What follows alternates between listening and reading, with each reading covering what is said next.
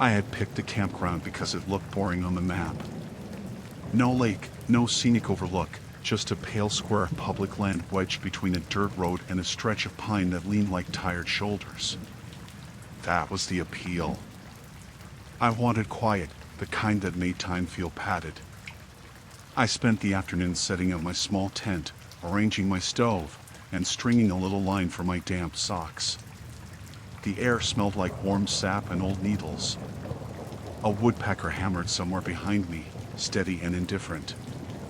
It felt normal, which was exactly what I'd paid for. Dinner was instant noodles and a bruised apple. I sat by the fire afterward, letting it crackle low while the sky thinned from blue to ash. I remember thinking I should put the fire out soon, but I kept it alive for the comfort of something moving.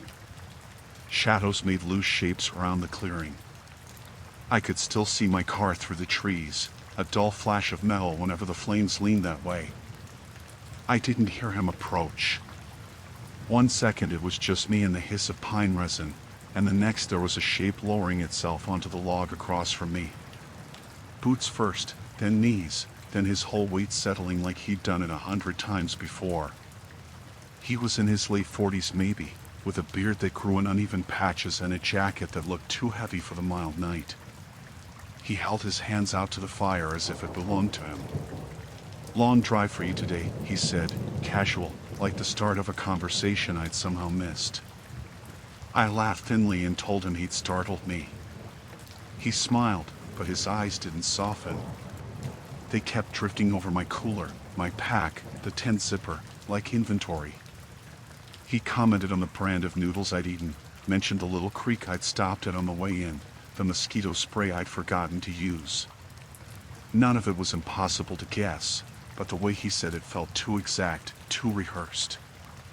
I asked if I could help him with something. He shook his head slowly. "You always camp alone?" he asked, and glanced around the dark the way someone checked for witnesses. The temperature felt like it dropped a few degrees, or maybe my skin just noticed being watched. I told him I was heading to bed soon and that the ranger station was a few miles back if he needed anything. He nodded, still smiling, still not moving. Then he leaned forward, closer to the fire, and said, "You built it better than last time." I froze. I hadn't camped here before. I was sure of that. I'd scrolled through a dozen spots before settling on this one. I told him he must have been confused with someone else. He hummed and looked past me toward the tent. "This is my spot," he said finally, and the way his smile collapsed into something flat made my chest tighten. I told him I was sorry, that I hadn't seen any reservation marker. My voice sounded careful, prepared. He stared at me in a way that felt measuring, like he was waiting for me to admit something I didn't understand. The fire spit, and for a moment the light carved heavy lines around his mouth. I asked him to leave. It came out steadier than I felt. His head tilted, just slightly, like he was studying how brave I actually was. He didn't stand. He didn't reach for anything. He just rested his hands on his knees and said again, softer, "This is my spot." My heart thudded loud enough that I thought he could hear it. I stood, grabbed a marshmallow skewer just to have something between us, and told him I'd call the ranger. At that, he finally rose. But instead of backing away, he stepped closer to me, close enough that I smelled cold tobacco on his breath and something damp, like wet clothes left too long. "You always threaten at first," he murmured, and his eyes flicked to the car keys hanging from my belt loop. "Then you start running." I backed up until my calves hit the edge of the log. The rational part of me searched for explanations, mistaken identity, a lonely drifter, someone half drunk and confused. But none of those looked like the way he'd said my afternoon out loud. None of them felt like the slow certainty in his posture. I didn't wait for logic to win. I moved. I turned and sprinted toward my car, pine needles sliding under my feet, branches clawing at my sleeves. I heard him behind me, not rushing, just following with a patience that somehow made it worse. I yanked the door open and dove in, slamming it and locking it with shaking hands.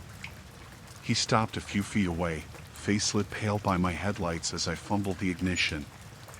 He held up a small notebook, flipping it open so I could see pages covered in tight, neat handwriting. My car model, my license plate, a list of dates. When the engine finally roared to life, I didn't hesitate. I peeled out onto the dirt road, gravel popping against the underside, heart pounding until my ribs ached. I drove straight to the ranger station and told them everything, words spilling, breath uneven. They went back with me that night. Found him still there, sitting by the dying fire like nothing had ever been wrong. In his pack were maps of the campground marked with careful circles, names scribbled beside them like trophies. He didn't resist when they cuffed him. He only glanced at me once and said, "He never stays as long as the others." I never camped there again. But weeks later, when the ranger called to confirm he'd been charged for trespassing and stalking, I realized something that still made my stomach twist. That boring square on the map? It had been unbookable for years. No one else ever stayed the night.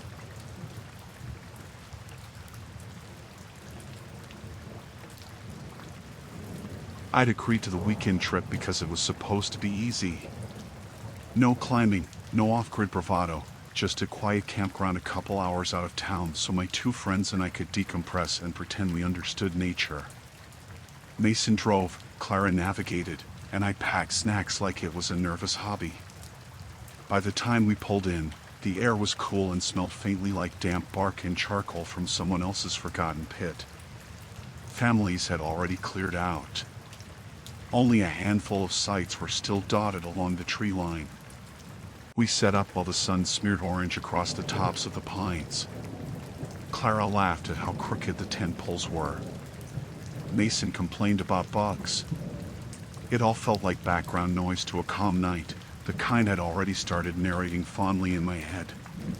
We sat at the picnic table and ate, passing a lukewarm beer back and forth, talking about nothing in particular. It was just before midnight when Clara announced she had to use the bathroom. She grabbed her phone and flashlight and waved us off when we offered to walk with her. "I'm not a child," she said, already halfway down the gravel path. The little beam of light bobbed between the trees, then vanished. Mason and I kept talking for a bit, then drifted into silence. The fire popped lazily. Crickets scratched their rhythm into the dark. 10 minutes passed. Then 20. I remember glancing at my own phone, noting the time like it meant something important. She taking a bath in there? Mason joked, but his eyes kept shifting toward the path. Another 10 minutes went by, and the quiet started pressing in around us. The kind you felt in your teeth. I called Clara's name. No answer. We grabbed our flashlights and followed the trail to the bathrooms. The concrete building sat blank and cold. Inside was empty. Stalls open. No sign of her, no echo of footsteps. Just the faint stench of cleaner and rusted pipes. We walked back, slower this time, scanning the trees for any sign of her light. That was when I noticed the car. It drifted past our campsite at an almost ceremonial pace, headlights off, just a pale glow of moonlight reflecting off its windshield. I couldn't make out the driver. It disappeared around the bend and then, a minute later, rolled by again. Mason muttered something about weirdos and tried calling Clara. Straight to voicemail. We spent the next hour walking every nearby trail, calling her name until our throats went raw. Panic sat low in my stomach like a stone. When we finally returned, exhausted and shaken, the car passed once more, slow and deliberate. This time, I could see it clearly enough to know neither of us recognized it. At some point, the ranger station told us to stay put while they sent someone out. We waited, stiff and silent, flinching every time the gravel crunched. The next morning, her phone was found. Not near the bathrooms. Not along the paths we'd searched. It was placed neatly in the center of a picnic table nearly 3 miles away, beyond the marked trails, screen wiped clean except for one photo taken at 12:07 a.m. It showed our campsite from the trees. The fire. Me and Mason sitting there, unaware. The car had been caught on another camper's dash cam, circling the loop road between midnight and dawn, always slowing near our site, never stopping. Clara was never found. The investigation lasted months, but the conclusion was clear enough to make my hands tremble when they told me. The car belonged to a man with a history of stalking campsites, choosing lone groups, memorizing routines. He'd been tracked down in another county, and evidence from his trunk, fabric fibers from Clara's jacket, soil matching the forest, sealed it. He confessed eventually. Said she'd fought, said he'd returned her phone where it belonged, as if that made any sense. I never went camping again after that. Not because of the woods, or the dark, or even the silence. But because I learned how easily a familiar laugh could fade into the trees and never come back.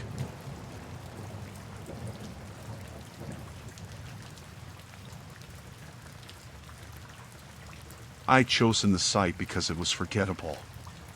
Site 27 sat at the end of a narrow loop where the gravel thinned into hard-packed dirt and the trees bunched together like they were tired of looking at people. I liked that. It felt private without being isolated, the kind of place where nothing dramatic should ever happen. I spent the afternoon laying out my gear with slow, methodical care, smoothing the sleeping pad, aligning the tiny stove, arranging my boots side by side like they had a sense of pride. The air held the mild sweetness of pine sap and sun-warmed soil, and insects hummed lazily, unconcerned with me. I cooked pasta from a pouch and ate it straight from the pot, watching light drain from the sky until the trees turned into blunt silhouettes. Somewhere a branch snapped, not close, not far, just part of the forest's usual conversations. I told myself that was what I was here for, to be small and quiet and unnoticed. By the time I crawled into my tent, the night had settled thickly, cool against my face, and I zipped the flap closed with satisfaction. I remembered one last glance around with my headlamp before switching it off. Empty clearing. No other tents. No stray backpacks. Just my little patch of nylon and the dull moonlight soaking the ground. Sleep came unevenly, the kind that hovered between awareness and dream. I woke once to the hiss of wind through branches, imagined footsteps that result into falling needles, then drifted off again. When morning finally bled pale through the fabric, I stretched and reached for my phone, instinctively checking the time before unzipping the tent. That's when I saw it. A full-size tent, dark green and sagging with dew, sat no more than 6 feet from mine. It hadn't been there the night before. I was certain of that, the kind of certain that came from checking your surroundings before surrendering to sleep. Outside its entrance were 2 muddy shoes, placed heel to heel, like someone had stepped out carefully and meant to return. I sat frozen for a full minute, staring at it through the half-open flap, my pulse ticking hard against the inside of my ears. Maybe I'd just missed their arrival. Maybe someone had snuck in after dark, too quiet for me to notice. It wasn't impossible. But the way that tent loomed so close, like it had been placed deliberately to face mine, twisted a thin wire of unease through my stomach. I called out a cautious hello. My voice sounded dry, almost brittle in the morning air. Nothing answered.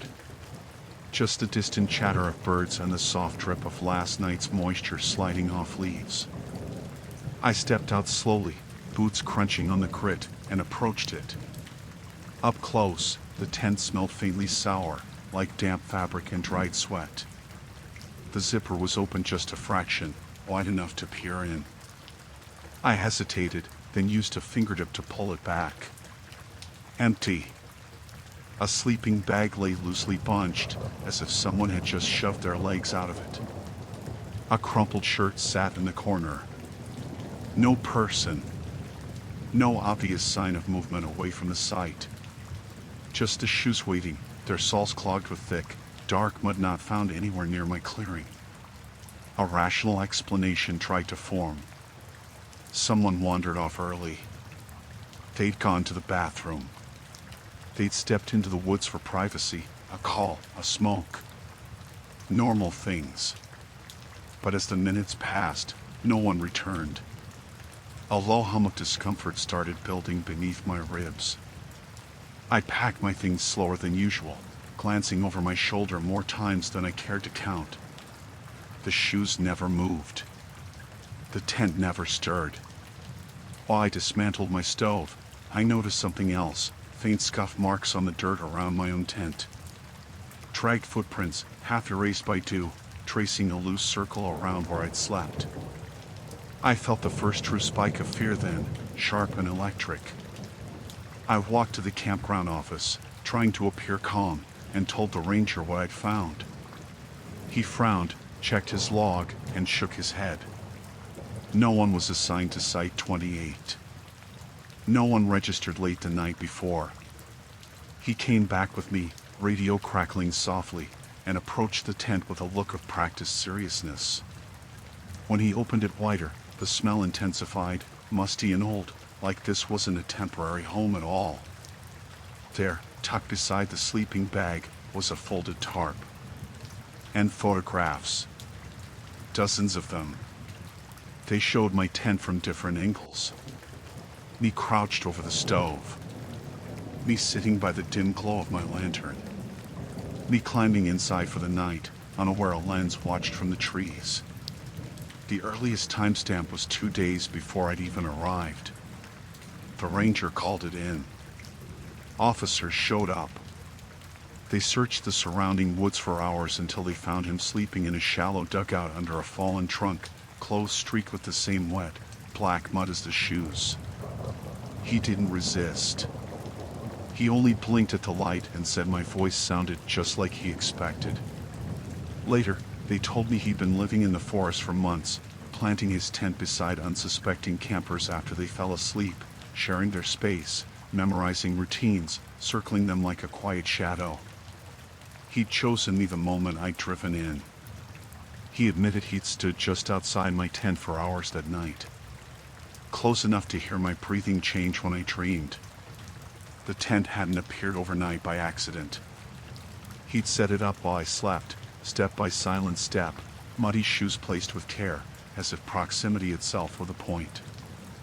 I left that morning with hands that wouldn't stop shaking and a chest filled with a thick, sour dread. I survived, yes. I drove home, showered, scrubbed every trace of dirt from my skin. But I never forgot how it felt to wake up and realize someone had chosen to exist inches away from my sleeping body, watching, waiting, without me ever knowing. And that kind of closeness, that deliberate invasion, stayed with me far longer than the woods ever did.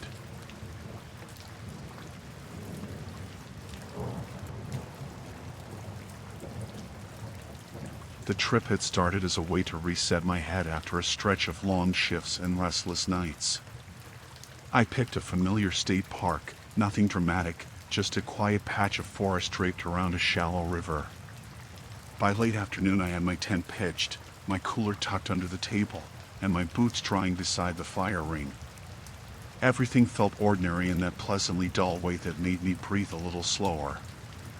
I cooked rice and beans, listened to birds settle down for the night, and let the soft bite of smoke cling to my clothes.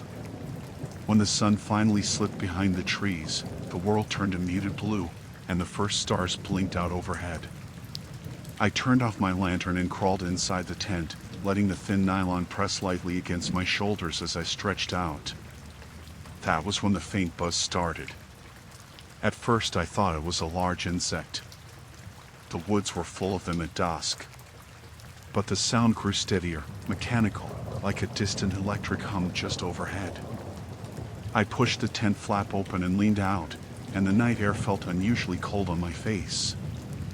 A small drone hovered above me, about 10 feet up, its dark silhouette cutting across the faint wash of moonlight. No lights blinked. No sound but that low, patient vibration. "Hello?" I called, keeping my voice calm despite the flutter unfolding in my chest. The drone didn't respond, of course. It just adjusted slightly, tilting as if focusing. I stepped a few feet away from my tent, and it drifted with me, matching my movement. When I raised my arm and walked toward it, the drone slid backward, always maintaining the same careful distance. It felt choreographed, deliberate. Rational explanations crowded my mind. Someone's toy. A camper filming wildlife. Maybe a kid nearby being careless. I waved again, firmer this time. "You're freaking me out," I shouted toward the surrounding darkness. No answer. I retreated, and the drone followed, hovering like an unblinking eye above my sleeping space. For nearly 20 minutes it lingered, shifting subtly whenever I did, slow and attentive. It wasn't random. It was watching. Eventually, it drifted up and away into the tree-line, disappearing without a sound. I stood frozen for several seconds, heart thudding in my throat, listening for footsteps or laughter that never came. I zipped myself into the tent and tried to confirm every comfortable explanation I could invent. Someone bored. Someone curious. Nothing dangerous. But sleep didn't come easily. The forest felt changed, like it had been rearranged around me while I wasn't looking. Sometime later, that same hum returned. The drone hovered lower this time, casting a faint shadow across the tent fabric, so close I could see its angular body through the thin material. I shifted on my sleeping pad, and it adjusted immediately, tracking the sound. I felt a different fear then, thicker, more intentional. I grabbed my flashlight and stepped out again, scanning the surrounding trees. The ground was pale with moonlight, and the trunks threw long, skeletal shadows. The drone slid backward, retreating as soon as I moved forward, like it knew the range of my reach. And then I saw him. A figure stood partially concealed behind a cluster of pines about 30 yards away. He was tall, thin, and motionless, his posture unnaturally relaxed. One hand was raised, fingers wrapped around a controller, thumbs moving with small, precise gestures. His face stayed in shadow, but I could feel the direction of his attention like a weight pressing against my skin. He knew I'd seen him. I raised my voice, sharper now. "Turn it off. Now!" He didn't respond. The drone hovered, obedient and silent.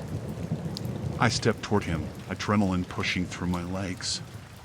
The moment I moved closer, he shifted back, melting deeper into the trees while the drone glided away, always between us, like a wary animal guarding territory. My mind churned. Trespasser. Voyeur. Someone testing boundaries. I reached for my phone to call the ranger station. The figure watched. The drone adjusted, floating slightly higher. "Police are on the way," I lied, hoping the words carried some power. For the first time, he did something unexpected. He gave a small nod. Almost polite. Then he turned and walked calmly into the dark, taking the drone with him as it trailed behind like a tethered thought. The forest swallowed both. I didn't sleep after that. I packed what I could, fingers stiff and shaking, and sat in my lot car waiting for dawn to push color back into the trees. When a ranger finally drove over, I explained everything in rushed fragments. He radioed it in and began sweeping the area with another officer. They found him less than a mile away in a clearing filled with equipment, spare batteries, monitors, memory cards labeled by date, and a half-charged generator humming quietly beside a folding chair. On one of the screens I saw my sight from above, grainy night footage of me pacing beneath the hovering drone. There were timestamps spanning weeks, different campsites, different tents. He didn't deny anything when they approached. Just lowered the controller and rested his hands loosely at his sides. "I like the stillness," he said, voice eerily soft. "People are honest when they don't know they're being seen." They cuffed him then, reading out his charges as he stared past them, expression calm, almost thoughtful. The drone lay silent at his feet. I left the park that morning lighter only in distance, not in relief. The sense of being watched clung to me for days, a phantom weight behind my shoulder whenever I moved through open space. But the authorities made it clear. He'd been detained, his equipment confiscated, his history uncovered. He would not return to the woods or to anyone's quiet night. And when I finally closed my apartment door behind me and heard only the hum of my own refrigerator instead of spinning propellers, I understood something with sharp clarity. The drone had never been the truly frightening thing. It was the idea that someone had been standing just beyond the edge of sight, calmly deciding when I deserved privacy, and when I deserved none.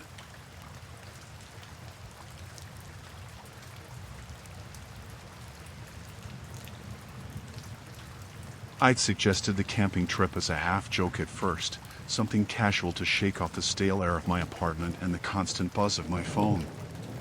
By Friday afternoon, though, I was loading the trunk with folding chairs and a cooler while my cousin Leah tossed blankets and drywood into the back seat.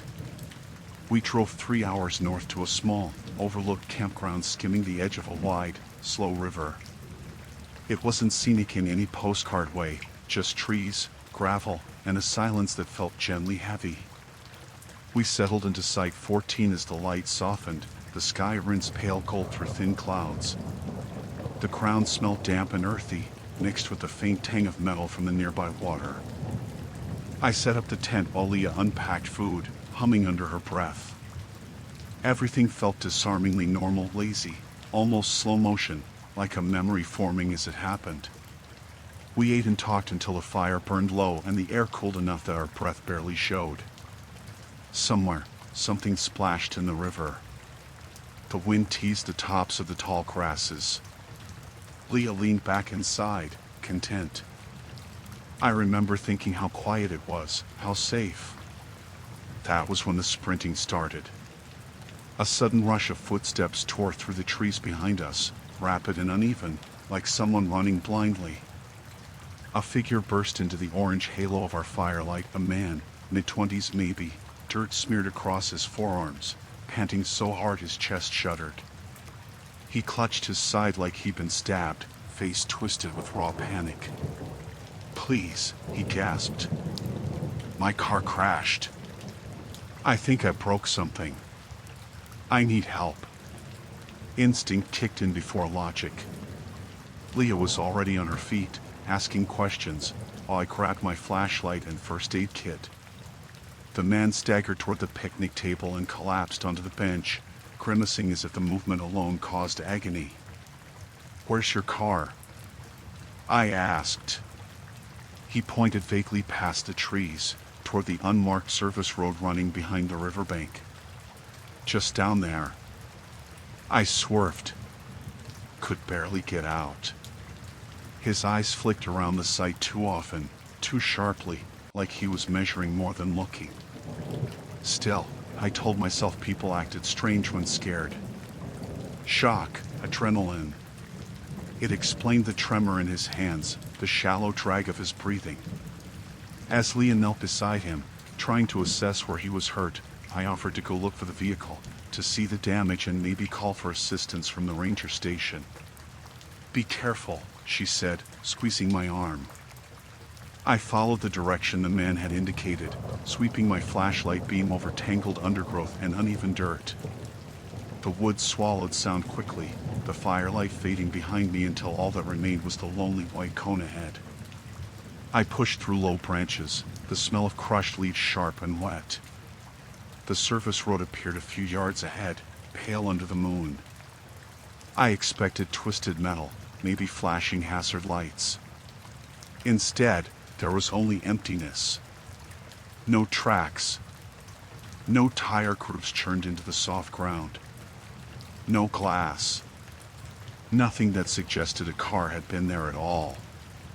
A dull knot began tightening in my chest. I walked a little farther, scanning both directions, calling out, "Hey, where's your car?" The woods absorbed my voice. When I turned back toward the campsite, I felt a subtle shift in the air, like the space behind me had noticed my movement. My heartbeat quickened without a clear reason. Leaves crunched somewhere to my left, then again farther away, as if someone was moving around the perimeter instead of through it. My rational mind scrambled for explanations. He wandered off. He misunderstood where he was. He panicked and fled. But the silence felt wrong. Too deliberate. I hurried back, my steps uneven now, nerves stretching thin. The glow of the fire reappeared through the trunks, flickering like a pulse. Leah stood alone beside it. "Where is he?" I asked, trying not to let the edge bleed into my voice. She glanced over, confusion creasing her brow. "He just moved. Said he needed air." Then he slipped into the trees behind the tent. A slow chill crept up my spine. We listened. No cries for help. No footfalls. Just the low crackle of burning wood and the whisper of the river. That was when we heard it, a soft, controlled rustle from just beyond the firelight, pacing around the edge of our visibility. I swung the flashlight toward the sound, illuminating only branches and dark undergrowth. Then another sound to the opposite side, quicker, lighter. "You think he's okay?" Leah whispered. I wanted to say yes. Wanted the words to feel real. But every instinct told me we weren't the ones who'd been called for help. The movement edged closer, circling. I glimpsed the briefest outline between trees, not stumbling, not injured, but smooth, deliberate. Watching. "Call the ranger," I murmured, keeping my eyes locked on the shadows. Leah's fingers shook as she dialed, her phone screen pale against her face. The footsteps suddenly stopped. Then the man emerged again, but from the far side of the clearing this time. No limping. No clutching at his side. His posture was upright, relaxed, almost casual. His face wore a thin, unreadable smile. "You found my car?" he asked lightly, as if the last 15 minutes hadn't existed. "I didn't move." "You said it was crashed." He tilted his head slightly, studying me too closely. "Yeah, shock makes you say weird things." Behind him, branches shifted again, heavier this time. Another shape moved deeper in the trees. And another. The night no longer felt empty. "Stay where you are," I said, my voice tight. He didn't. He took one step forward, then another, slow, testing, as if measuring the exact limit of our fear. The calm in his expression twisted my stomach more than any shout or threat could have. Leah held the phone up. "Park rangers are coming." His mouth twitched. "Good.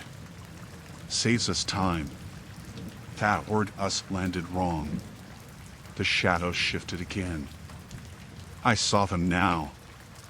Not just rustle, but forms. Figures partially obscured, moving with quiet coordination, like they'd done this before. The injured act had never been real. It had been bait. Adrenaline slammed into me, sharp and electric. I grabbed Leah's arm and bolted instinctively toward the car, which sat just beyond the side entrance. Gravel bit into my feet through thin soles. A hand brushed the back of my jacket but failed to grip. We reached the car and dove inside, doors slamming, locks snapping down with frantic clicks. The man stood a few yards away, watching, no longer pretending anything. Behind him, two more figures lingered at the tree line, their faces swallowed by shadow. Headlights flooded the clearing as I twisted the ignition.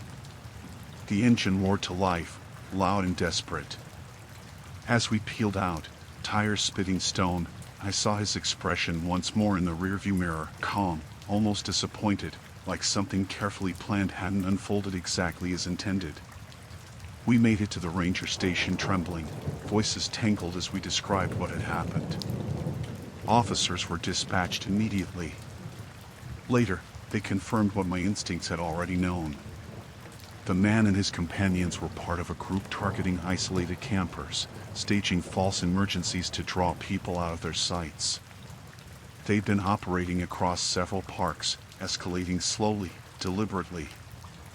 This time, they'd miscalculated our reaction time. They were caught that same night, hiding in the woods less than a mile away. I left the campground long before the sun rose, the river still whispering behind me, the scent of smoke clinging stubbornly to my clothes. My body survived, my mind barely steadied. And I learned something that settled cold and permanent in my chest. The most convincing cries for help didn't always come from the helpless. Sometimes, they came from the hunters.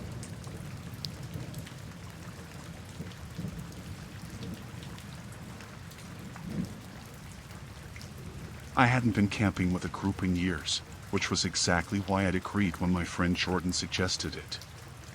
He wanted a nostalgic weekend, his words, back to basics and disconnected. So there we were by late afternoon, 4 of us tucked into a bend of forest near a slow-moving lake, laughing too loudly while pitching tents that wobbled under our hands. The air had that clean, loamy scent that only happened after warm rain, and the ground still held a faint chill that crept through the soles of my shoes. We stacked firewood, set out coolers, joked about whose tent looked the most pathetic. Everything felt pleasantly unremarkable. Just a group of grown adults pretending to be carefree for once. As dusk settled, the lake turned dull silver and the sky dimmed into layered blue. We ate over the fire, the smoke weaving through our clothes and hair, crackling softly as the first stars began to show. Jordan passed around a bottle, and we sat in a loose circle, trading stories that had grown more ridiculous with repetition. It felt safe. Familiar. The kind of night you filed away as future comfort. That was when he walked past. He appeared on the narrow dirt trail behind our site, hands tucked casually in his pockets, moving with an easy rhythm like he belonged to the landscape. He looked ordinary, mid-30s maybe, scruffy beard, faded jacket, boots scuffed from honest use. A stranger passing through the background wouldn't have been unusual. But the moment he reached the edge of our firelight, he turned his head and smiled. "Evening, Jordan," he said warmly, nodding as he walked. Jordan blinked. "Ah, hey," he replied, confused. The man didn't stop. "Good to see you too, Claire," he added, offering a small wave to the friend beside me. Claire's smile faltered. He glanced right at me as he continued past, still moving, still unhurried. "You finally made it out here, Mark." My name slid from his mouth like we'd met 100 times. He didn't introduce himself. Didn't slow down. Just kept walking down the trail, hands loose, whistling a light tune as if none of us were staring after him in stunned silence. "Do any of you know that guy?" I asked automatically. 4 heads shook at once. "He said my name," Claire murmured. "Yeah, and mine," Jordan added, watching the tree lean where the stranger had vanished as if he might reappear. We strained to hear footsteps retreating, but the forest swallowed everything quickly. Only the distant chirr of insects and the quiet lapping of water remained. I tried to laugh it off. Maybe someone from work? Or high school? I suggested weakly. But no one looked convinced. We returned to our conversation slowly, cautiously, like animals resuming movement after a sudden noise. Still, the atmosphere had shifted. The fire crackled too sharply. Every rustle beyond the light carried new weight. An hour later, I excused myself to use the restrooms and took the path the stranger had disappeared down, flashlight beam cutting through pockets of shadow. My senses felt sharpened, aware of every leaf brushing my skin, every uneven patch of ground underfoot. Nothing, No sign of him. When I returned, the others sat closer than before, voices quieter. The night wrapped tighter around us. Probably just some weird coincidence, Jordan muttered, though the words sounded like he didn't fully believe them. We went to sleep not long after, slipping into the false security of thin tent walls and zipped fabric. I laid there staring upward, listening to the subtle symphony of nighttime sounds, replaying the stranger's voice in my mind. The certainty with which he'd said my name. I must have dozed off briefly, because the next time I opened my eyes, pale moonlight filtered faintly through the material. Something outside shifted softly. A low whistle drifted through the air, the same tune he played earlier. My pulse quickened. I sat up and held my breath. The sound grew clearer, circling slowly, deliberately, around the tents. Soft footsteps accompanied it, never too close, never too far. "Mark," a voice called quietly, no mirth this time. Just familiarity. "You sleep okay?" I froze. There was no reason he should be here. No response came from the other tents. The whistling stopped. Footsteps crunched faintly away, then silence pressed in with a suffocating weight. At first light, we gathered, all of us pale and tired. Each admitted hearing movement during the night. Each swore they'd heard their name whispered once or twice. No one joked now. Jordan suggested packing up early. No one argued. As we dismantled our site, a shape moved along the distant trail again. The same man. Same casual stride. He glanced over, his eyes bright with recognition. "Heading out already?" he called cheerfully. "Shame. It suited you here." My skin tightened at the sound of his voice. "How do you know our names?" I demanded, louder than I intended. He smiled as if the question amused him. "You left plenty behind," he replied cryptically, tapping the side of his nose before resuming his whistle. He turned and continued down the path, unbothered, leaving us staring after him once more. The park rangers took our statements seriously, especially after reviewing campsite logs. No name matched his description. No permit, no vehicle registered. No prior visitor listing. Later that afternoon, while clearing the grounds nearby, another camper alerted them to unusual activity deeper in the woods. Officers followed a narrow trail leading to a makeshift shelter camouflaged beneath tangled branches and damp leaves. Inside, they found folders of handwritten notes and photographs meticulously spread across old crates. Photos of our campsite. Photos of us arriving.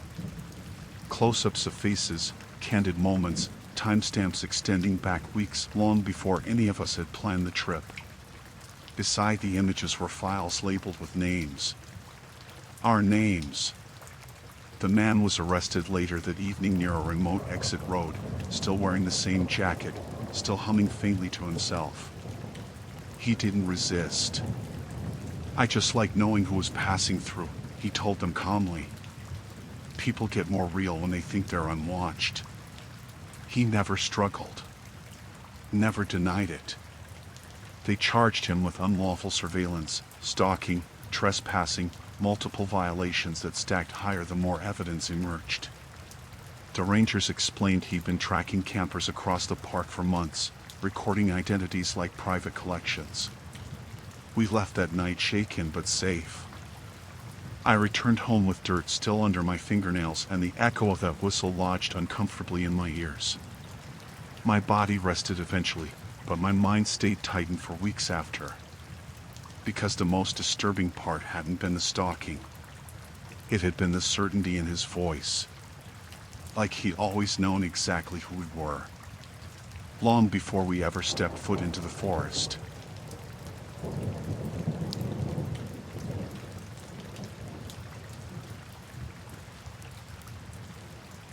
I'd gone on the trip because I convinced myself solitude would fix me. The past few months had been heavy with noise, phones, emails, people needing things, and when a coworker mentioned a quiet lakeside campground 2 hours out, I latched onto it like an escape hatch. I arrived late afternoon, gravel crunching under my tires, the air cool and faintly sweet with pine and wet earth. No one occupied the adjacent sites. Just empty paths and a forest that looked patient, almost indifferent. I set up my tent with careful precision, pressing the stakes into soil that still held the day's warmth. The lake shimmered pale blue through the trees. Everything felt calm, uneventful. I cooked a simple meal, sat by the small fire, and listened to the soft chorus of distant insects. Each sound felt normal, safe. By the time I crawled into my sleeping bag, the night had settled cold and still. I zipped the tent shut and turned off my lantern, letting the darkness press gently around me. I remember thinking how peaceful it felt, how rare true quiet had become. Sometime later, I woke with a sharp shudder. Cold air clung to my skin, biting through the thin layers of fabric. My breath hovered visibly in the dim, moonlit haze. Confused, I shifted slightly and felt the icy brush of wind against my face. My tent flap hung wide open. I froze, heart snapping awake as realization crept in. I hadn't left it that way. I knew I'd zipped it shut before sleeping, I always did. A rush of dry, metallic fear crawled up my throat as my eyes adjusted to the faint gray light filtering through the trees. Then I saw the footprints. They led from the dark entrance straight to the edge of my sleeping bag and stopped less than a foot from my face. Impressions deep and deliberate, toes angled inward as if whoever stood there had leaned forward, pausing, watching. The ground outside had been damp from earlier rain, so the prints defined sharply against the forest floor. The kind made by a heavy, steady step. Not rushed. Not hesitant. Just present. I stayed perfectly still, straining to hear anything, breathing, movement, a laugh, anything at all. The night offered nothing in return. Only the slow rustle of leaves and the distant murmur of the lake. My thoughts scrambled for logic. Wind had opened the flap. An animal wandered through. A raccoon sniffed around. But animals didn't stop inches from your face. Slowly, carefully, I rolled onto my side and grabbed my flashlight. My hand shook as I turned it on, slicing a pale beam across the tent interior and spilling into the clearing outside. Nothing stood there now. No looming shape, no receding silhouette. Just the quiet forest and those footprints fading into darkness. I sat up, pulse hammering so hard it made my throat ache. The cold seeped into my spine. I tried to steady my breathing, tried to talk myself down. Maybe someone had wandered too close and realized it was occupied. Maybe they left when I startled in my sleep. But no sound. Not a single branch snap. No hurried footsteps retreating. The rational part of my mind insisted calm. The primal part whispered that something had stood over me while I slept. I stepped out cautiously, boots crunching on dirt as the night air wrapped sharp and unforgiving around me. The footprints led from the edge of my tent toward the tree line, each step measured, evenly spaced. I followed them a few yards, then stopped. The trail vanished abruptly, as if the person had simply ceased to exist. A tremor ran through my arms. I returned to my tent but left the flap half open, awkwardly alert the rest of the night, every sound scraping nerves already stretched too thin. Sleep felt impossible. My mind replayed the image of boots inches from my face, of quiet, unseen presence. When dawn finally seeped pale gold through the trees, I packed with jittery speed, eyes darting constantly to the edges of the clearing. The sunlight made everything look ordinary again, but dread coiled stubbornly in my stomach. Before leaving, I walked to the campground office to report what happened. The ranger frowned, listening intently as I described the open tent and the prints. "You sure they weren't yours?" he asked gently. I stiffened. They were bigger. Different direction. They stopped right beside me. He nodded slowly, then checked his log. No one registered in neighboring sites. No record of late arrivals. No incidents overnight. Still, he agreed to escort me back briefly to inspect the area. When we reached the tent site, my fear spiked fresh. The footprints were gone. The damp earth had dried enough to erase any clear impression. In their place lay only smooth dirt and scattered leaves. I swallowed hard. They were right here. He scanned the area with a quiet seriousness and finally sighed. Animals sometimes step close when they smell food or sweat. But I knew better. That afternoon, once I'd already started home, my phone buzzed. An unfamiliar number. Curiosity tugged harder than caution. "This is Ranger Collins," the voice said. "I wanted to inform you we found something near your campsite." My grip tightened. "Found what?" "Hidden under brush about 30 yards away," he continued, measured. "A weathered bedroll and a backpack. No identification. Inside were photos. Several of them." "Of what?" I whispered. There was a pause on the line. "Of visitors," he said quietly. "Campsites. Tents. Sleeping people. Including yours." My pulse throbbed harsh and loud. They were dated back weeks. Whoever left them has been living out there. Watching, waiting. You were not the first. I closed my eyes, a heavy, nauseating weight spreading through my chest. "Did you catch them?" I asked. "Yes," he replied. "We found him this morning, hidden further down the ridge." He didn't resist. "What did he say?" My voice fell far away, brittle. "He said he liked waiting until people were unaware," the ranger murmured. "Said the moment before waking was the most honest a person ever looked." Cold settled along my spine all over again. I ended the call soon after, parked at the side of the road just to steady myself, hands clenched tight around the steering wheel. I went home. I locked my doors. I washed the scent of soil from my skin until it burned. I had survived. I had escaped. He would never reach another tent again. But the memory of that open flap and those silent footprints stayed with brutal clarity, proof that while I slept peacefully, someone had stood close enough to feel my breath, close enough to decide whether I deserved to wake up at all. And that knowledge never truly left me.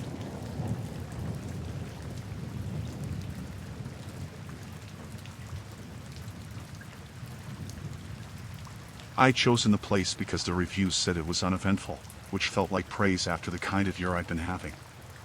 I wanted quiet, predictable, a place where nothing complicated could reach me.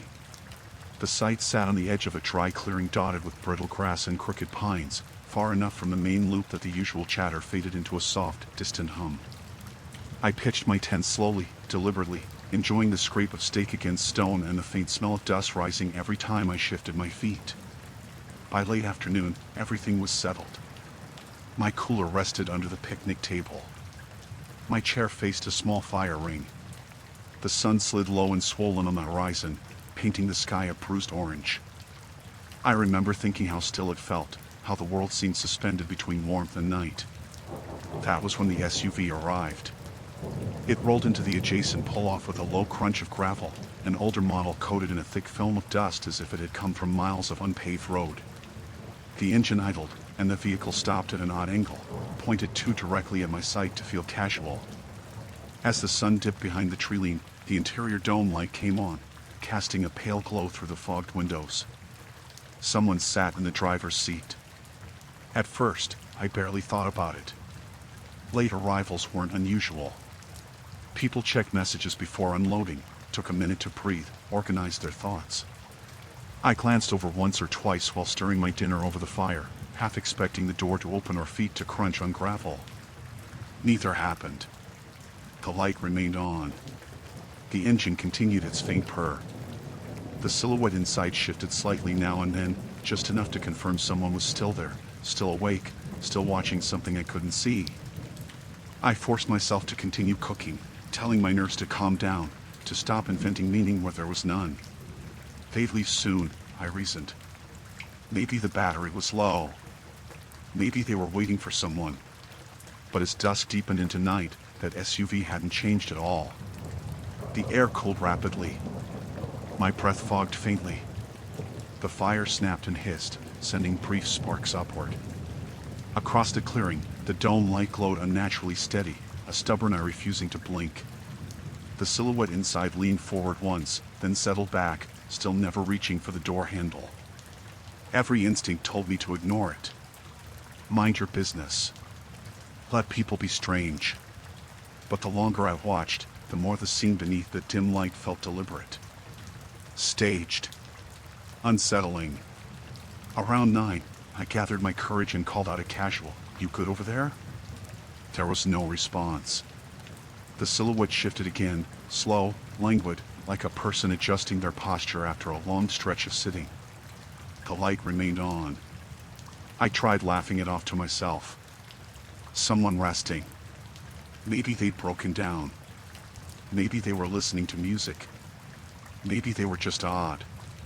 Still, I locked my car just in case. By the time I crawled into my tent, the forest had gone fully dark. No moon. Only shadows and that persistent glow from the SUV spilling faint illumination across the dirt like an artificial halo. Through the thin fabric of my tent, I could still see the suggestion of it, a creamy square of brightness hovering uncomfortably close. Sleep should have taken me. Instead, I lay there listening to the soft rumble of the engine, wondering how long a person could sit straight back without stepping out for gas, stretching, anything resembling normal behavior. Sometime after midnight, I dared to unzip the tent slightly and look out. The scene hadn't changed. The light still burned. The silhouette still existed, faintly hunched forward now, as if gazing down at something unseen in its lap. No phone glow. No flicker. Just stillness wrapped in dust and dim glow. The rational narrative in my mind grew thin. Why stay idling all night? Why not leave? Why not do anything? The fear that crept in wasn't sharp or sudden, it was slow, creeping, like damp cold sinking through the spine. An hour passed. Then another. I sat up, heart unsteady, and whispered again, louder this time, "Hey, do you need help?" The silhouette shifted just slightly. But the door never opened. The image rooted itself somewhere deep and instinctive. Not like someone waiting. More like someone refusing to be seen properly. Eventually, exhausted but tense, I must have drifted into shallow sleep. When I woke again just before dawn, the world hung pale gray and quiet. Birds chirped faintly. The engine sound had finally ceased. Relief fluttered somewhere weak and uncertain. I pushed the tent flap aside and stepped out into the chilly morning air. The SUV remained. The interior light still glowed. But no silhouette sat inside. Instead, the driver's door stood slightly ajar, creaking softly against the weak breeze. A thin thread of dread tightened through my chest as I approached, every footstep feeling heavier than the last. I peered inside, stomach twisting. The seat was empty. No keys in the ignition. No phone. No bags. Just a faint dusting of dirt on the floor mat and the lingering click of a dome light that should have shut off long ago. I circled the vehicle cautiously. No tent. No gear. No sign anyone had intended to camp there at all. Behind the SUV, I noticed something that made the air feel suddenly brittle and sharp. Tire tracks ended directly behind my own car. Not beside it. Behind it. As if whoever arrived had positioned themselves to watch me instead of the scenery. A chill prickled across my skin. I went to the ranger station the moment they opened. Explained the idling car, the figure, the light that never dimmed. They took it seriously, enough to drive back and inspect the site with me. The SUV was gone by the time we returned. No tracks this time. No dust. No evidence it had ever been there at all. Only flattened grass where it had once rested, still faintly warm. The rangers searched the woods surrounding the clearing for hours. Eventually, they found him less than a mile away, sitting in the hollow of a dried creek bed, staring at nothing. No car keys. No explanation. Just dirt-streaked hands and tired eyes. He admitted little. Only that he liked to observe presence and stillness. They arrested him on suspicion of stalking, unlawful surveillance, and more the longer his belongings were catalogued. I left that park the same morning, the sun finally breaking warm through the branches, the quiet pretending innocence again. I drove home on stiff nerves and a stubborn ache that took days to loosen. I survived. He didn't follow. He wouldn't be returning to any campground for a long time. But whenever dusk falls heavy and a parked car idles too long, the image returns without invitation, that stubborn dome light, that quiet figure refusing to step out, refusing to announce why it was there at all. Just watching. Just waiting. And never needing to explain itself.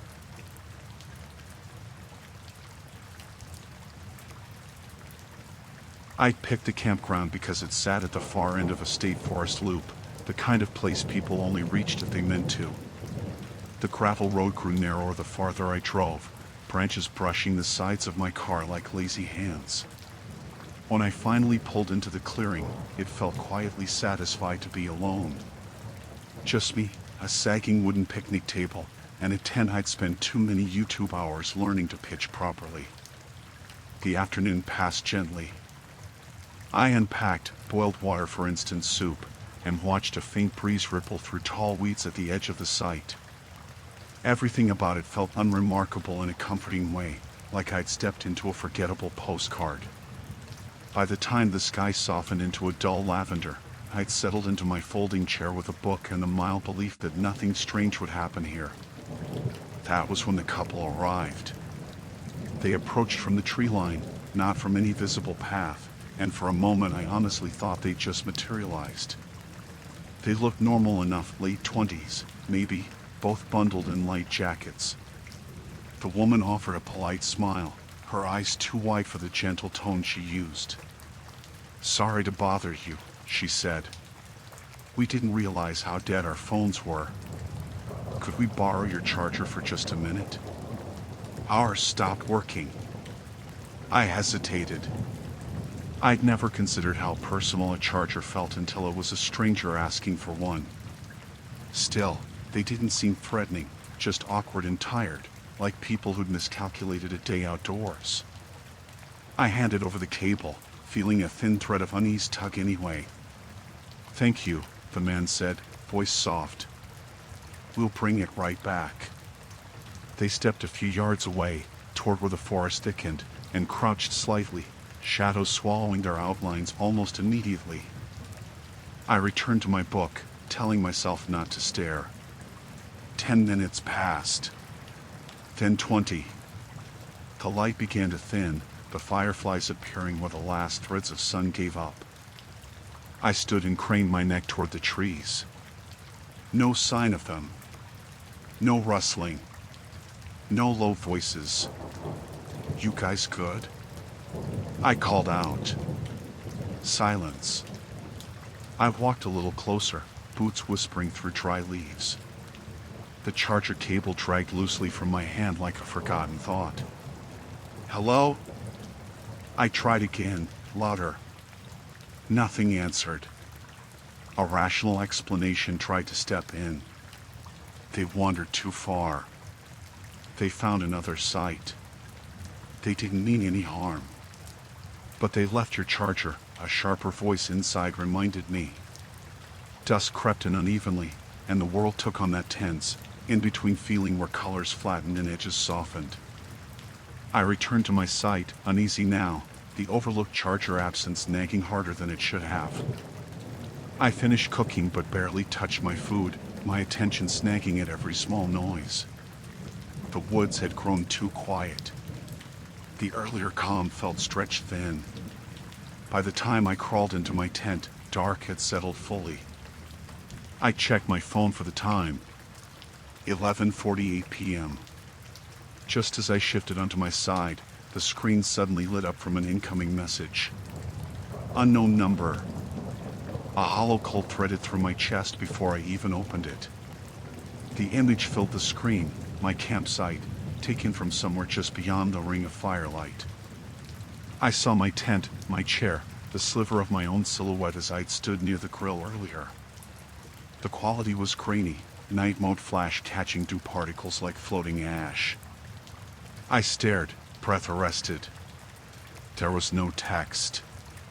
Just the photo. My fingers trembled as I typed back a shaky question mark, then erased it, then wrote, "Who's this?" The reply came seconds later. "You're careful. We appreciate that." A heaviness settled behind my ribs, slow and suffocating. I lay frozen, listening desperately for movement, for gravel crunch, for anything that meant someone solid occupied the darkness. Nothing. I peered through the mesh window of my tent. The clearing was shadowed but undisturbed. No glowing phone. No silhouette. Another message arrived. "Look behind you." I didn't move. The idea of turning felt like surrendering something vital. My entire body stayed rigid, muscles coiled and locked. Sweat chilled at the base of my neck. A soft sound drifted near the edge of my hearing. The faintest brush of fabric against bark. A quiet shift of weight. Footsteps. Close. In your tent, a voice whispered. Male. Calm. Almost conversational. Panic flared hot and violent. I lunged forward, fumbling the zipper as the flap caught briefly, humiliatingly slow. My breath came sharp and shallow. I burst out, flashlight in hand, beam slicing blindly through the trees. Nothing moved. No couple. No phone glow. Just the indifferent forest staring back at me. But the charger cable still lay exactly where I dropped it. That night crawled. I stayed locked inside my car with the doors secured, phone clutched painfully tight, heart refusing to steady. The unknown number sent 2 more photos taken from different angles around my site, always just at the edge of light, never close enough to identify anything but proof of watching. By morning, exhaustion hung like a weight behind my eyes. I drove straight to the ranger station, every nerve frayed raw. They reviewed the photos, traced the number, and investigated the area. Hours later, they called me back. They found the couple's vehicle abandoned further down a restricted path. Inside were stolen chargers, phones without SIM cards, and a small digital camera filled with images of campers sleeping, cooking, unaware. The 2 responsible had been caught trying to exit the park grounds under different names. They confessed to borrowing items as a pretext, testing people's isolation, documenting reactions for reasons neither logical nor sane. My charger, they admitted casually, had been a lure. I packed up and left the moment I was cleared. My hands never quite stopped shaking. I had survived. I slept in my own bed that night. I charged my phone with a different cable. But sometimes, when my screen lights up unexpectedly, when the room is just a shade too quiet, my mind slips back to that graining image, my own safe little circle of light photographed from the dark. And the certainty that someone had stood so near, breathing the same air, watching me exist as if I were nothing more than scenery.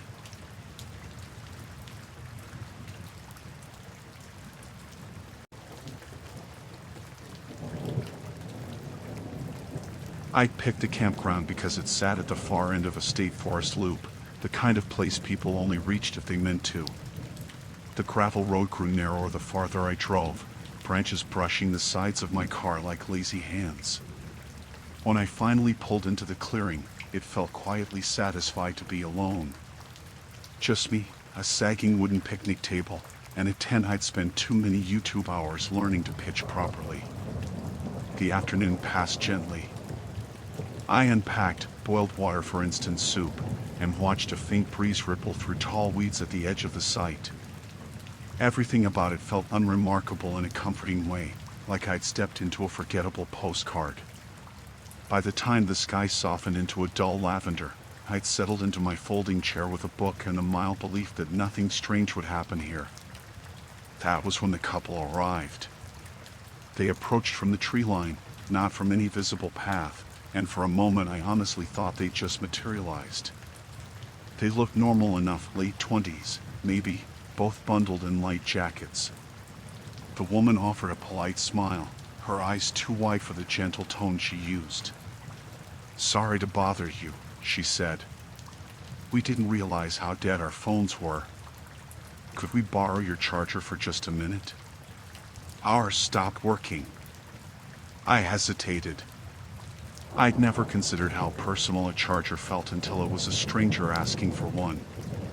Still, they didn't seem threatening, just awkward and tired, like people who'd miscalculated a day outdoors. I handed over the cable, feeling a thin thread of unease tug anyway. "Thank you," the man said, voice soft. "We'll bring it right back." They stepped a few yards away, toward where the forest thickened, and crouched slightly, shadows swallowing their outlines almost immediately. I returned to my book, telling myself not to stare. 10 minutes passed. Then 20. The light began to thin, the fireflies appearing where the last threads of sun gave up. I stood and craned my neck toward the trees. No sign of them. No rustling. No low voices. "You guys good?" I called out. Silence. I walked a little closer, boots whispering through dry leaves. The charger cable dragged loosely from my hand like a forgotten thought. "Hello?" I tried again, louder. Nothing answered. A rational explanation tried to step in. They wandered too far. They found another site. They didn't mean any harm. "But they left your charger," a sharper voice inside reminded me. Dusk crept in unevenly, and the world took on that tense, in-between feeling where colors flattened and edges softened. I returned to my site, uneasy now, the overlooked charger absence nagging harder than it should have. I finished cooking but barely touched my food, my attention snagging at every small noise. The woods had grown too quiet. The earlier calm felt stretched thin. By the time I crawled into my tent, dark had settled fully. I checked my phone for the time. 11:48 p.m. Just as I shifted onto my side, the screen suddenly lit up from an incoming message. Unknown number. A hollow cold threaded through my chest before I even opened it. The image filled the screen, my campsite, taken from somewhere just beyond the ring of firelight. I saw my tent, my chair, the sliver of my own silhouette as I'd stood near the grill earlier. The quality was grainy, night mode flash catching dew particles like floating ash. I stared, breath arrested. There was no text. Just the photo. My fingers trembled as I typed back a shaky question mark, then erased it, then wrote, "Who's this?" The reply came seconds later. "You're careful. We appreciate that." A heaviness settled behind my ribs, slow and suffocating. I lay frozen, listening desperately for movement, for gravel crunch, for anything that meant someone solid occupied the darkness. Nothing. I peered through the mesh window of my tent. The clearing was shadowed but undisturbed. No glowing phone. No silhouette. Another message arrived. "Look behind you." I didn't move. The idea of turning felt like surrendering something vital. My entire body stayed rigid, muscles coiled and locked. Sweat chilled at the base of my neck. A soft sound drifted near the edge of my hearing. The faintest brush of fabric against bark. A quiet shift of weight. Footsteps. Close. In your tent, a voice whispered. Male.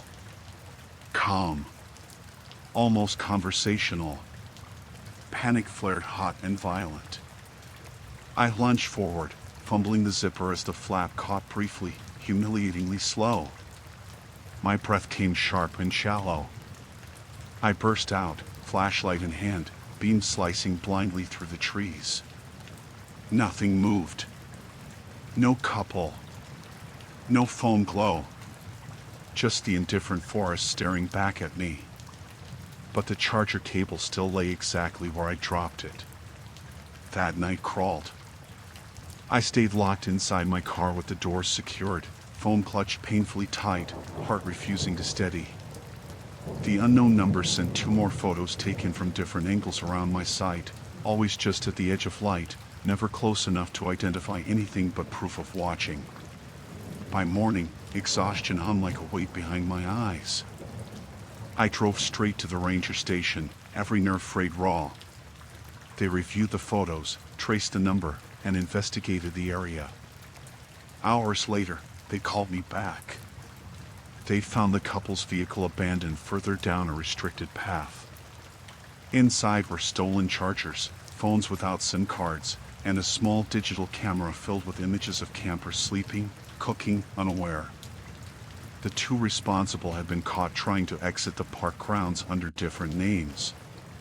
They confessed to borrowing items as a pretext, testing people's isolation, documenting reactions for reasons neither logical nor sane.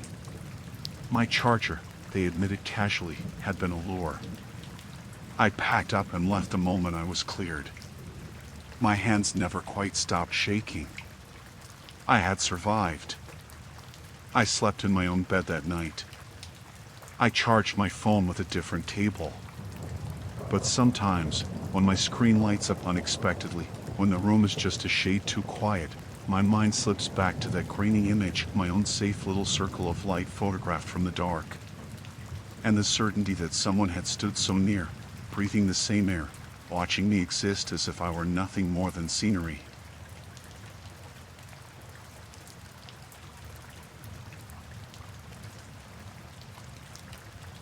I'd only bought the old camper a month earlier, mostly on impulse, convinced it would somehow untangle the tight, restless feeling I'd been carrying around for too long.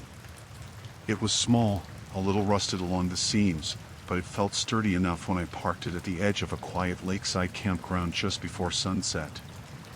The kind of place that smelled faintly of pine sap and damp soil, where the air felt cool and honest. I spent the evening doing ordinary things. Heated up canned chili on the tiny stove, wiped down the counters with a rag that smelled faintly of lemon cleaner, and sat on the fold-out step watching the last streaks of pink fade from the sky.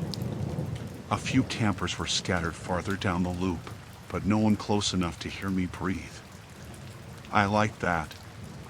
By the time I locked the door and lay down, the night had settled thick and silent. The camper creaked softly as the temperature dropped, the metal skin adjusting with slow, sleepy pops. I remember noticing how still everything felt, like the world had paused around me. Sometime after midnight, I drifted into a shallow, dreamless sleep.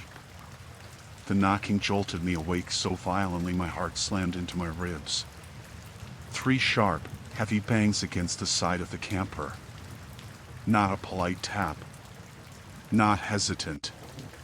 It sounded deliberate, urgent, like someone testing the strength of the metal. I sat upright, pulse racing, trying to orient myself in the dim space. The digital clock above the doorway glowed faint red. 3:02 a.m. Another knock rang out, slower this time. Measured. Hello? I called, my voice cracking despite my attempt at calm. No response came through the thin walls. Only silence, heavy and expectant. I slid toward the narrow window by the door and eased back the curtain just enough to peer outside. The campground lay pale under a hazy moon, tree shapes stretching long shadows across the dirt. No one stood beside the camper. My breath caught as I scanned the edges of the clearing. There, about 30 or 40 yards away, A figure stood near the tree line. Just a silhouette at first, tall and motionless, arms hanging loosely by their sides. Then one hand lifted. He waved. Slowly. Deliberately. As if we were old acquaintances acknowledging each other from across a distance. A strange, crawling unease crept through my limbs. I couldn't see his face clearly, only the suggestion of a head angled in my direction. He didn't move closer. Didn't step back. Just stayed there. Watching. Waving. I swallowed hard and pressed my forehead lightly against the cool glass. My thoughts scrambled for practical explanations. Maybe he got disoriented. Maybe he knocked the wrong camper. Maybe he wanted help but didn't know how to approach. Can I help you? I called louder this time. He didn't answer. The wave slowed, then stopped, his arm dropping to his side. He remained standing, unnervingly still, like he'd been planted into the ground. I backed away from the window, nerves stretched thin. I checked the locks. Door secured. Windows latched.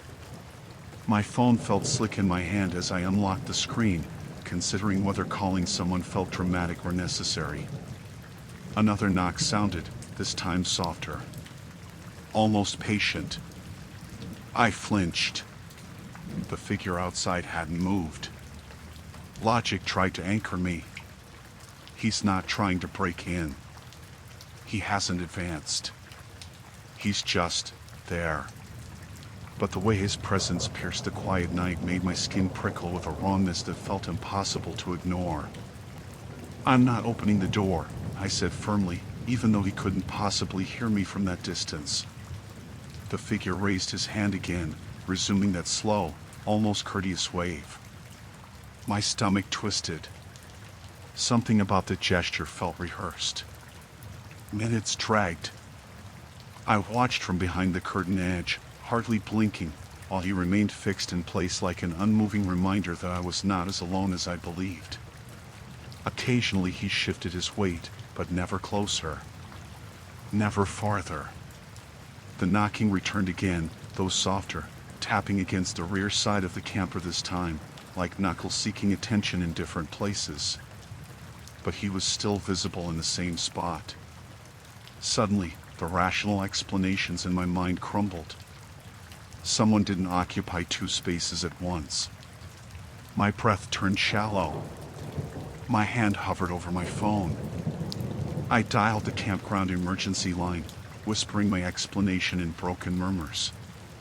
The operator assured me a ranger would be dispatched immediately. I watched the figure until my eyes burned, until the forest itself felt warped around him. Then, with no warning, he lowered his arm and turned. He walked back into the trees, swallowed cleanly by darkness. The silence that followed felt heavier than the knocking ever had. I waited inside, every muscle wound tight, until headlights finally swept across the clearing. A ranger truck pulled in, tires crunching loudly enough to make me jump. I opened the door only after they called out my site number and I saw the uniforms plainly. They inspected the exterior of the camper, noted the marks where the metal had been struck. Fresh, dense, irregular, and deep. Did he say anything to you? One ranger asked quietly. No, I replied, my voice barely steady. He just waved. They exchanged a look I couldn't easily read. A mixture of recognition and concern. He fit any description? The other asked. I nodded, explaining the shape, the height, the way he just stood there, unmoving. They searched a wide radius around the area, flashlights sweeping through the trees, but found no one. Hours later, after dawn had softened the world back into color, a different ranger contacted me. They located a man less than a mile away near the old maintenance access road. He carried no camping gear, no vehicle. Just dirt streaked hands and shoes coated in dried mud. He confessed without resistance. He admitted to roaming the campground at night, targeting campers in enclosed vehicles or trailers, knocking to test reactions. If someone opened their door, he'd get closer. If they didn't, he'd linger, watch, study the fear, as he put it. This one didn't play along, the ranger told me grimly. You did the right thing. They arrested him on multiple charges that extended far beyond simple trespassing. I drove home that afternoon, hands tight on the steering wheel, the echo of those knocks still reverberating under my skin. I showered twice and still felt the faint echo of the cold night air clinging to me. I survived. He wouldn't haunt the campground again. But long after, in quiet moments when the house creaked or the wind rattled faintly against siding, the memory rose sharp and unmistakable of a stranger standing just beyond distance, calmly waving under the moonlight as if acknowledging our brief, terrible connection. And the realization that sometimes the scariest thing isn't someone trying to get inside. It's someone who doesn't need to.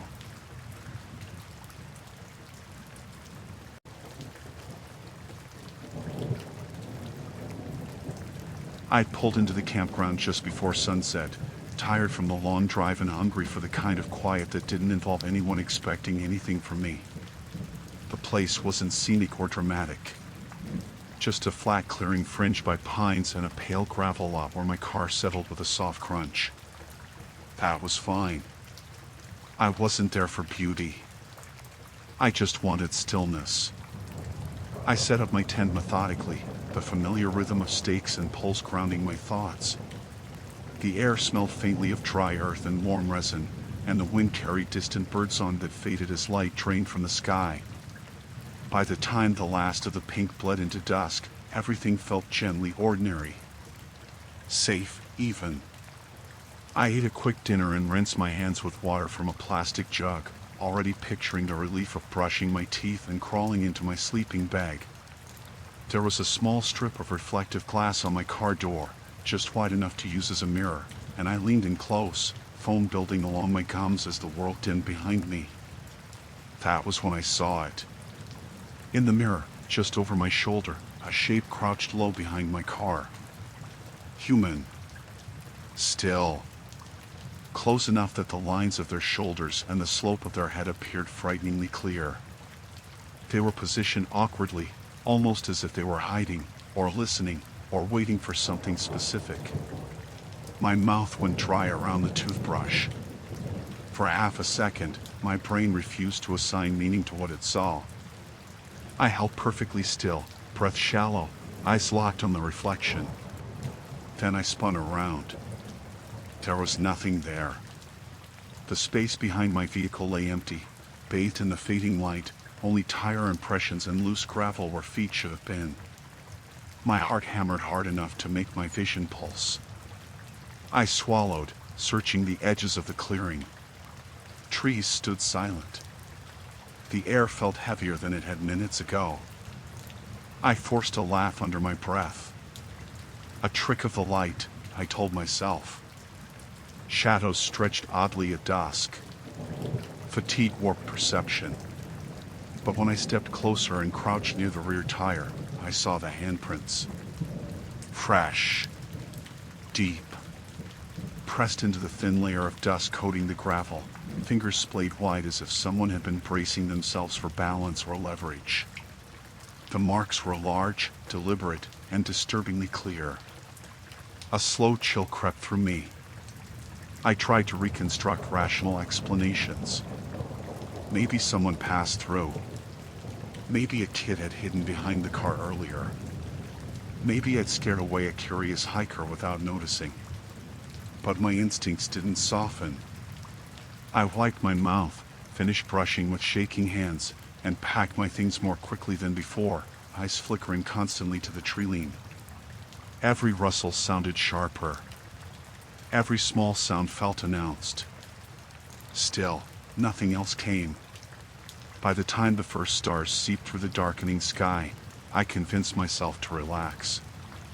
I locked my car, zipped my tent tightly, and crawled inside, shoes lined beside my sleeping bag, phone held close to my chest as a symbolic shield. Sleep didn't come easily. I drifted into shallow, restless half-dreams filled with imagined movement and the phantom pressure of unseen eyes. At some point in the night, a soft crunch echoed nearby. Too close. Too deliberate. I opened my eyes to complete darkness. Breathing shallow, I strained to listen.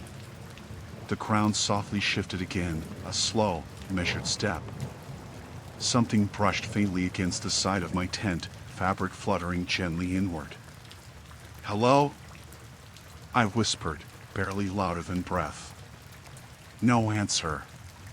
The silence stretched, heavy and expectant. Then I heard it, knuckles grazing metal. A slow scrape along the side of the car. My pulse stuttered. Someone was out there. I pressed my ear against the tent fabric, heart slamming painfully inside my ribs. I could make out the faintest outline of a shadow moving across the surface as moonlight shifted. Footsteps crunched softly along the gravel. They paused. An exhale drifted near. I felt it more than heard it. Then the sound receded, measured, like someone slowly retreating instead of fleeing. I stayed frozen until the first thread of pale blue light crept into the tent, dawn unraveling the dark. When I finally crawled out, my limbs felt stiff and brittle with fear and exhaustion. The area around my car now told a different story. More handprints streaked the dust. Drag marks. Footprints circling the vehicle in wide arcs, some overlapping, some fresh enough to still crumble at the edges.